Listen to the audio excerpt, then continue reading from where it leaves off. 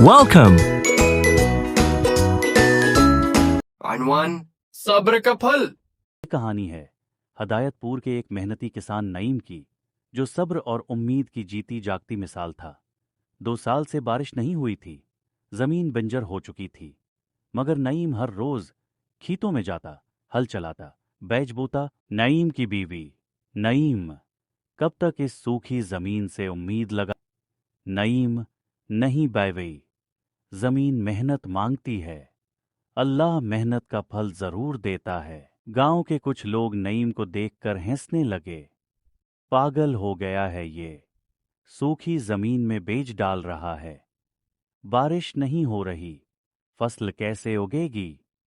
مگر نعیم نے ان باتوں کی پرواہ نہ کی، وہ بس رب پر یقین اور اپنے ہاتھوں پر بھروسہ رکھتا رہا۔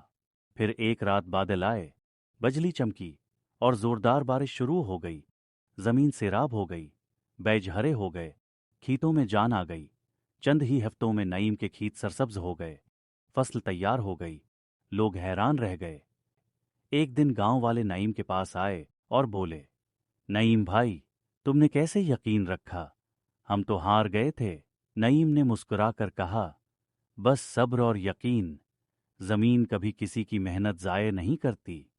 اس کہانی سے ہمیں یہ سبق ملتا ہے کہ محنت کبھی بھی ضائع نہیں جاتی۔